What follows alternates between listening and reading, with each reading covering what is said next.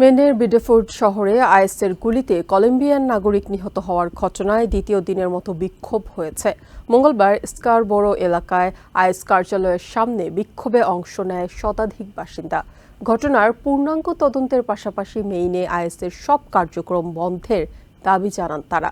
এদিকে তীব্র সমালোচনার মুখে দেশজুড়ে যানবাহন থামিয়ে তল্লাশি অভিযান সাময়িকভাবে স্থগিত করেছে আইএস। অন্যদিকে অবিলম্বে দেশের সাধারণ পুলিশের মতো আইএস কর্মকর্তাদের ক্ষেত্রেও বডি ক্যাম বাধ্যতামূলক করার দাবি জানিয়েছেন সেনেটর অ্যাঙ্গাস কিং। মেইনের বিডেফোর্ডে একটি গাড়ি থামানোর সময় আইএস কর্মকর্তার গুলিতে কলম্বিয়ার নাগরিক জোহান সেবাস্তিয়ান দুয়ান গুয়েরেরো নিহত হওয়ার প্রতিবাদে মঙ্গলবার স্কারবোরো এলাকায় আইএস কার্যালয়ের সামনে জড়ো হন বিক্ষোভকারীরা।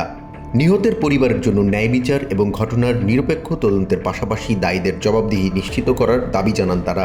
And when it was still being constructed with this enormous gating to sort of keep private all the horror and the sounds of children and families crying at the time was some of the reasoning they said they needed this protective fencing. বিক্ষোভে অংশ নিয়ে মেইনের democratic state representative Sophie Warren বলেন, ICE পুরোপুরি নিয়ন্ত্রণের বাইরে চলে গেছে।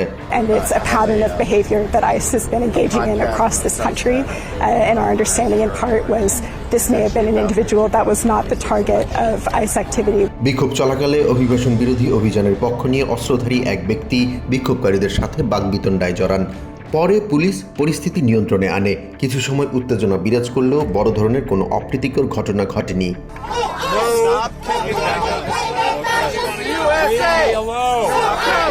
These people are killers and they're gonna kill somebody. And yesterday morning they executed Johann Sebastian Guerrero in the streets of Biddeford. এদিকে আইসের পক্ষ থেকে দাবি করা হয়েছে কর্মকর্তারা জননিরাপত্তার আশঙ্কায় ওই কলম্বিয়ান নাগরিককে গুলি চালাতে বাধ্য হন। তাদের ভাষ্য অনুযায়ী গাড়ি চালক পালানোর চেষ্টা করলে ওই কর্মকর্তা গুলি ছোড়েন।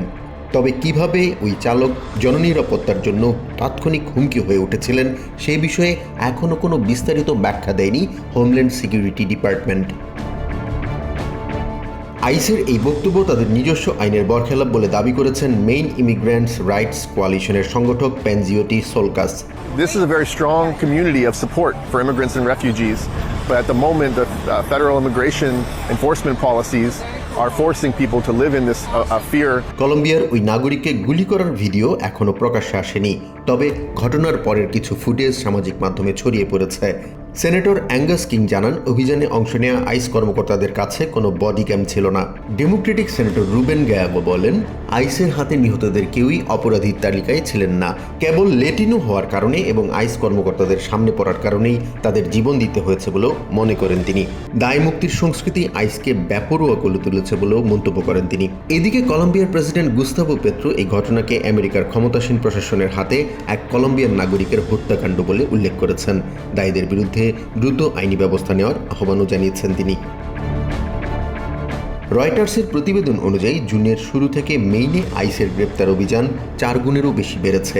আর 2025 সালের জানুয়ারিতে প্রেসিডেন্ট ডোনাল্ড ট্রাম্প ক্ষমতায় ফিরে ব্যাপক অভিবাসন অভিযান শুরুর পর থেকে এই ঘটনাসহ অভিযান চলাকালে গুলিতে নিহতের সংখ্যা বেড়ে অন্তত 7 জনে দাঁড়িয়েছে। জাহান মিথুন, TVN 24 news desk. New York থেকে সম্প্রচারিত TVN 24 টেলিভিশন বিশ্বজুড়ে বাঙালির কণ্ঠস্বর।